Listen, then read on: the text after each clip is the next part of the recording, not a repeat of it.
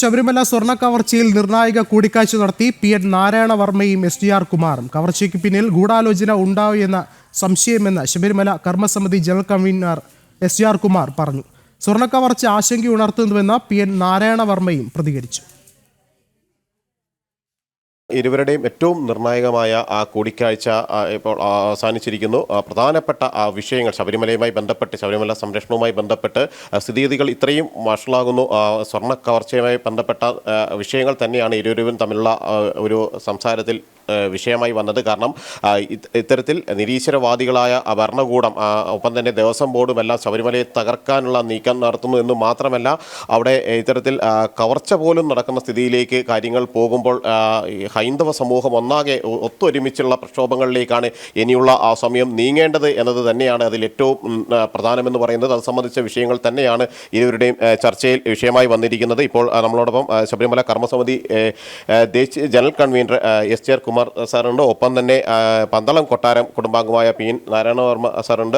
ഇരുവരും ഇതുമായി ബന്ധപ്പെട്ട കുമാർ സാർ, ഇപ്പോൾ നമ്മളൊരു ഏറ്റവും നിർണായകമായ ഒരു കൂടിക്കാഴ്ചയ്ക്ക് ശേഷം തന്നെയാണ് ഇവിടെ നിൽക്കുന്നത്. പ്രത്യേകിച്ച് ഇനിയുള്ള മുന്നോട്ടുള്ള എങ്ങനെയാണ് ഇതിനെയെല്ലാം പ്രതിരോധിക്കേണ്ടത് എന്നതടക്കമുള്ള കാര്യങ്ങൾ എങ്ങനെയായിരിക്കും സാർ നമ്മുടെ മുന്നോട്ടുള്ളത്?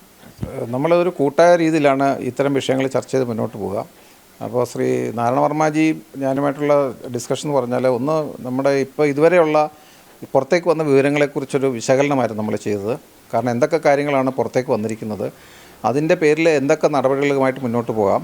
ഈ വിഷയം നമ്മൾ നമ്മുടെ സംഘടനകൾ, നമുക്കറിയാമല്ലോ, ഇത് അയ്യപ്പ ഭക്തന്മാരുടെ മൊത്തം കൂട്ടായ്മയിലാണ്. കർമ്മസമിതി ആയാലും നമ്മുടെ എല്ലാ സംഘടനയും ഒന്നിച്ചാണ്. അതാണ് പന്തളത്ത് നമ്മളെ കണ്ടത്.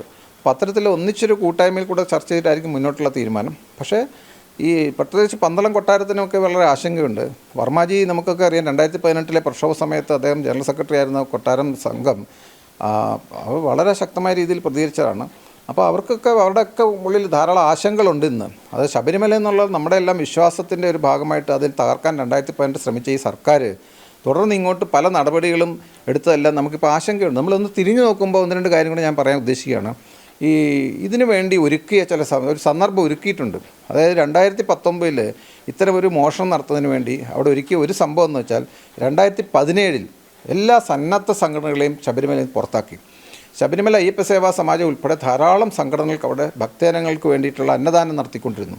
2017 ഈ ബഹുമാനപ്പെട്ട കേരള ഹൈക്കോടതിയിൽ ഈ ദേവസ്വം ബോർഡ് പറയുകയാണ്, ഇനി മുതൽ അവിടെ അന്നദാനത്തിന് ആവശ്യമില്ല, വേണ്ട സൗകര്യങ്ങളായിക്കഴിഞ്ഞു. അതുകൊണ്ട് ഇനി അന്നദാനം പൂർണ്ണമായിട്ടും വരുന്ന അയ്യപ്പന്മാർക്ക് മുഴുവൻ അന്നദാനം നൽകാനായിട്ടുള്ള സജ്ജീകരണങ്ങളൊക്കെ ദേവസ്വം ബോർഡ് നടത്തിയെന്ന് പറഞ്ഞിട്ട് നമ്മളെ പുറത്താക്കി.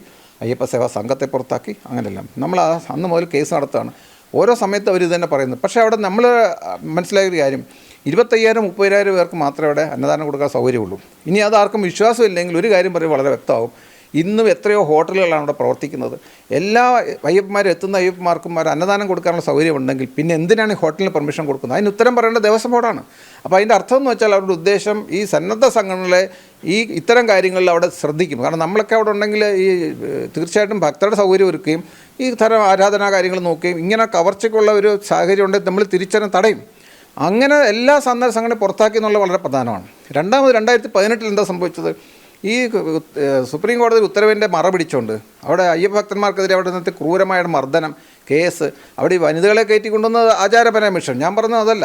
അതായത് ഇത്തരം അവിടെ ഒരു നിയമ നടപടി അല്ലെങ്കിൽ പോലീസിൻ്റെ കൃത്യമായ നടപടി എത്ര ഹീനമായ രീതിയിലായിരുന്നു പോലീസ് മർദ്ദിച്ചത്.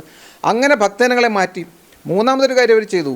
ആ സമയം തന്നെ നമ്മളാരും അവിടെ എത്താതിരിക്കാൻ വേണ്ടി ഈ മുമ്പ് ഈ നിലയ്ക്കൽ നിന്ന് പമ്പയിലേക്ക് നമുക്കൊക്കെ വാഹനം ഓടിച്ചെത്താമായിരുന്നെങ്കിൽ അതും അവർ തടഞ്ഞു. ആ സമയത്ത് അത് എല്ലാ വാഹനങ്ങളും നിലയ്ക്കൽ ഇറങ്ങിയിട്ട് സർക്കാരിൻ്റെ വാഹനത്തിൽ KSRTCയിലേ പോകാൻ പറ്റുള്ളൂ എന്ന് പറഞ്ഞു. അപ്പം നമ്മുടെയൊക്കെ പ്രവർത്തകരെ എല്ലാവരും അവർക്ക് നിലയ്ക്കൽ തടയാൻ പറ്റി. എന്തുകൊണ്ട് പമ്പയെ തടയാൻ പറ്റി? പമ്പയിൽ തടഞ്ഞാലും നമുക്കവിടെ എങ്ങനെയും ശബരിമല എത്താം, നിലയ്ക്കൽ എളുപ്പമല്ല. അങ്ങനെ ഒരു മൂന്നാമത് കാര്യം കൂടെ അവർ ചെയ്തു. അങ്ങനെ സന്നദ്ധ സംഘടനയെല്ലാം അവിടെ നിന്ന് മാറ്റുകയും ഭക്തജനങ്ങളെ തന്നെ മാറ്റുകയും ചെയ്ത് ഇതിനൊരു സന്ദർഭം ഒരുക്കി എന്നുള്ളത് വളരെ പ്രധാനപ്പെട്ട വിഷയമാണ്. അപ്പോൾ ഇത്തരം വിഷയങ്ങളൊക്കെ നമ്മൾ ചർച്ച ചെയ്തുകൊണ്ടിരിക്കുകയാണ്. അത് പുറകോട്ട് ചിന്തിക്കുമ്പോൾ ഇനിയും പല വിഷയങ്ങൾ വരാനിരിക്കുന്നു. ഇതിൻ്റെ ഒരു ഗൂഢാലോചനയാണ് ഞാനീ പറഞ്ഞത്. അപ്പോൾ തീർച്ചയായിട്ടും ആ ഗൂഢാലോചനയും കൂടെ നമ്മൾ പുറത്തു കൊണ്ടുവരണം. അല്ലാതെ ഉണ്ണികൃഷ്ണൻ പോറ്റിയെ പിടിച്ചകത്തിട്ടുണ്ടൊന്നും ആയില്ല. ഇതിന് സത്യം പറഞ്ഞാൽ കേരള സർക്കാർ, അതിൻ്റെ മന്ത്രി, പാർട്ടി കാരണം ഈ പാർട്ടിയാണല്ലോ ഇവരെയൊക്കെ നിയോഗിക്കുന്നത്, ഈ ദേവസ്വം ബോർഡ്. അപ്പോൾ അത്തരത്തിൽ തീർച്ചയായിട്ടും അത്തരം വിഷയങ്ങളാണെങ്കിൽ കൂടുതൽ ചർച്ച ചെയ്ത് ഇനി നമ്മുടെ സഹസംഘങ്ങളുമായിട്ട് ഇന്ന് ഇതിനെക്കുറിച്ച് കൂടുതൽ ചർച്ച ചെയ്തിട്ട്, പിന്നെ കൂടാതെ ഇതിൻ്റെ നാൾ വഴികളും നമ്മൾ ഏകദേശം ധാരണയായിട്ടുണ്ട്, എങ്ങനെയാണ് സംഭവിച്ചിരിക്കുന്നത്, ആരൊക്കെ ഇൻവോൾവ് ആണ് എന്നൊക്കെ അത് നമ്മൾ കോടതിയിൽ അത് അവതരിപ്പിക്കും. അത്തരം ചർച്ചകളാണ് നമ്മൾ ഇന്ന് നടത്തിയത്. അതിനൊപ്പം തന്നെ പരസ്യമായ പ്രത്യക്ഷ സമരത്തിലേക്ക് കൂടി കടക്കില്ലേ? തീർച്ചയായിട്ടും നമ്മുടെ എല്ലാ സംഘടനകളും ഈ പലതരത്തിലുള്ള പ്രത്യക്ഷ സമരം പരിപാടി, ഇപ്പോൾ വിശ്വ ഹിന്ദു പരിഷത്തിൻ്റെ നേതൃത്വത്തിൽ തിരുവാഭരണ കമ്മീഷണറുടെ ഓഫീസിലേക്കൊരു ഇത് നടന്നിട്ടുണ്ട്. അതുപോലെ ഇനി പിന്നെ ഐക്യവേദി പ്രഖ്യാപിച്ചിട്ടുണ്ട്. 7-ാം തീയതി BJPയുടെ വരുന്നുണ്ട് തിരുവനന്തപുരത്ത്, അത് കഴിഞ്ഞ് BJPയുടെ തന്നെ പത്തനംതിട്ട വരുന്നുണ്ട്. ഇപ്പോൾ ഇതിനകത്ത് നമ്മൾ കാണേണ്ടത് ഈ അയ്യപ്പ ഭക്തന്മാരായിട്ടുള്ള രാഷ്ട്രീയത്തിന് അതീതമായിട്ട്, അതുകൊണ്ട് ഞാൻ CPM-കാരെ പോലും ഞാൻ മാറ്റി നിർത്തുന്നില്ല. എനിക്കറിയാം CPM-ൽ ധാരാളം ബഹുഭൂരിപക്ഷം വരുന്ന ഹിന്ദുക്കളാണല്ലോ CPM-ലുള്ളത്. അവരിൽ ബഹുഭൂരിപക്ഷം ഭക്തജനങ്ങളാണ്. നമുക്ക് അയ്യപ്പ ജ്യോതിയുടെ അന്നൊക്കെ നമ്മൾ കണ്ടതാണ്, കാസർഗോഡ് കണ്ണൂർ ഭാഗത്ത് നമ്മൾ അയ്യപ്പ നടത്തിയപ്പം CPM ഗ്രാമത്തിൽ പോലും ഏറ്റവും കൂടുതൽ പങ്കെടുത്തിട്ടുണ്ട്. അവരെ ആക്രമിച്ചു കഴിഞ്ഞപ്പം ഒരു ഇടമുറിഞ്ഞു. പക്ഷേ ഇതിന് 5 മിനിറ്റ് കൊണ്ട് തന്നെ അതേ ഗ്രാമത്തിൽ നിന്ന് ആൾ വന്ന് അവിടെ ഫില്ലപ്പായി. അതായത് എത്രത്തോളം ഭക്തരാണ്, ഏറ്റവും ഞാൻ പറയുകയാണ്, പ്രത്യേകിച്ച് കണ്ണൂർ ഭാഗത്തുള്ള CPM-കാരൊക്കെ ഭക്തരാണ്. അതുകൊണ്ട് ഈ വിഷയത്തിൽ രാഷ്ട്രീയത്തിന് അതീതമായിട്ട് എല്ലാ ഭക്തരും ഒന്നിച്ചുകൂടും. ആ കാര്യങ്ങളിലൊക്കെ വരും നമുക്ക്. കാരണം നമ്മൾ അതിനൊക്കെ കൂടിയാലോചിച്ച് ഞാൻ പറഞ്ഞില്ല, അതിശക്തമായി ഇനി ഒരു കാര്യം മാത്രമേ ഉള്ളൂ, ഈ കൾപ്രിറ്റ്സുകളെ പുറത്തേക്ക് കൊണ്ടുവരിക. CBI അന്വേഷണം നമ്മൾ ആവശ്യപ്പെട്ടിട്ടുണ്ട്. കോടതിയിൽ ഇപ്പോൾ നാളെ മുതൽ ദിവസങ്ങളിൽ കോടതിയിൽ പുതിയ പുതിയ വിഷയങ്ങൾ വരും, ഇൻക്ലൂഡിങ് കോർട്ടലേഷത്തിൻ്റെ വിഷയമുണ്ട്. അതൊക്കെ പുറത്താക്കിയിട്ടുണ്ടല്ലോ. ചാനൽ തന്നെ ജനം TV ആ കാര്യം പറഞ്ഞിട്ടുണ്ട്. 3 കോടി രൂപ കൊടുത്ത കാര്യത്തെക്കുറിച്ച് റെക്കോർഡൊക്കെ പുറത്ത് വിട്ടിട്ടുണ്ട്.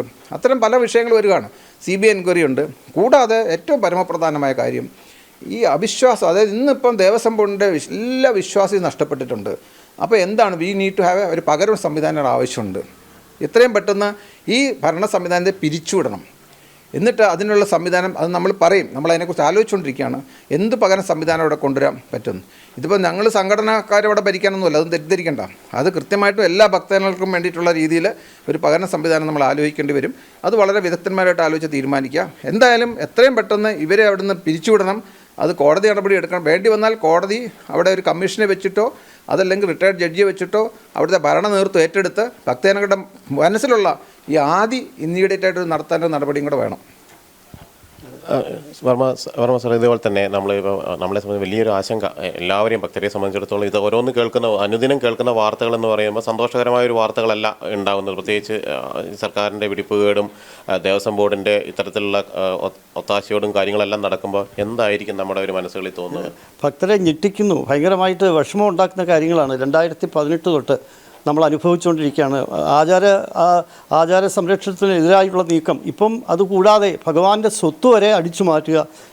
ഭക്തജനങ്ങൾ വിശ്വാസപൂർവ്വം ആരാധനയോടെ ഭക്തിയോടെ കൊണ്ട് സമർപ്പിക്കുന്നത് പലതും അവിടെ ഇല്ല എന്ന് പറയുന്ന ഒരു ദുഃഖകരമായ സന്ദർഭമാണിപ്പോൾ.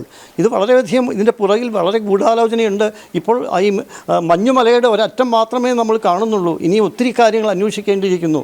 ഇപ്പോൾ 1998 അന്ന് ഈ അവിടെ ഗോൾഡ് പ്ലേറ്റ് ചെയ്തപ്പോൾ തന്നെ പന്തളം കൊട്ടാരം ഇതിനെ സംബന്ധിച്ച് പറഞ്ഞിട്ടുണ്ടായിരുന്നു, ഇത് വേണോ, കാരണം അവിടെ ഭഗവാൻ തപസ്സിരിക്കുന്ന ഒരു വനക്ഷേത്രത്തിനകത്ത് ഇങ്ങനെയുള്ള ഗോൾഡ് പൂശണോ എന്നൊക്കെ അന്ന് കൊട്ടാരം ചോദിച്ചിരുന്നു.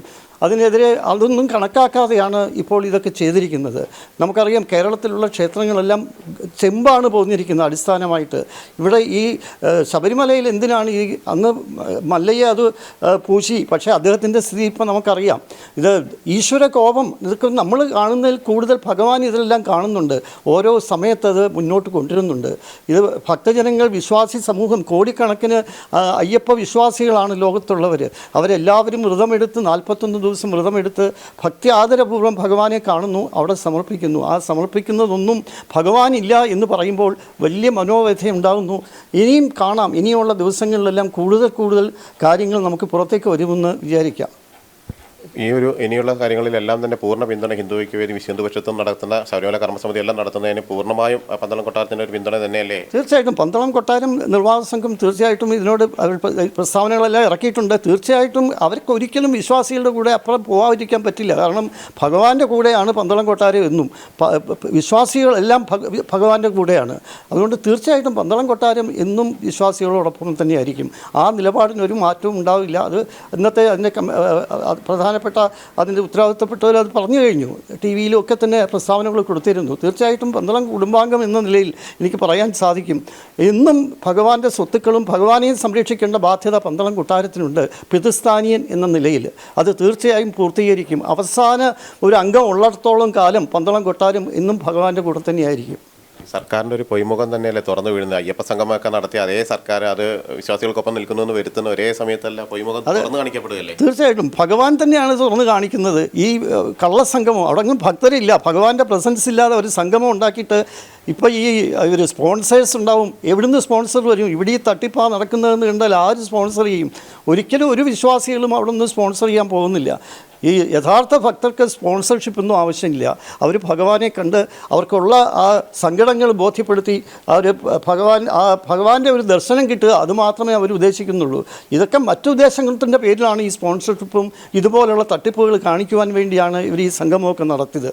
ഇപ്പം നമുക്കതെല്ലാം ഭക്തജനങ്ങൾക്ക് ബോധ്യപ്പെട്ടിട്ടുണ്ട്. തീർച്ചയായിട്ടും എല്ലാ സത്യങ്ങളും ഭക്തജനങ്ങൾക്ക് മനസ്സിലാകുന്നു എന്നത് തന്നെയാണ് ആസൂത്രിതമായി നടത്തിയ ഒരു കവർച്ച. അതിനുവേണ്ടി സന്നദ്ധ സംഘടനകളെ എല്ലാം തന്നെ അവിടെ നിന്ന് മാറ്റുന്നു. കാരണം ശബരിമലയുടെ കാര്യങ്ങളിൽ ശ്രദ്ധാപൂർവം വീക്ഷിക്കുന്ന ആളുകളെയും സംഘടനകളെയും അവിടെ നിന്ന് മാറ്റിക്കൊണ്ട് നടത്തിയിരിക്കുന്ന ഒരു കവർച്ച എന്ന് തന്നെയാണ് ഇതിനെ വിശേഷിപ്പിക്കാൻ കഴിയുക. അതുകൊണ്ട് തന്നെയാണ് സമഗ്രമായ ഒരു അന്വേഷണവും കുറ്റവാളികളെ നിയമത്തിന് മുന്നിൽ എത്തിക്കുന്ന ത്വരിത നടപടികളും തന്നെയാണ് വേണമെന്ന ആവശ്യമുയർന്നത്.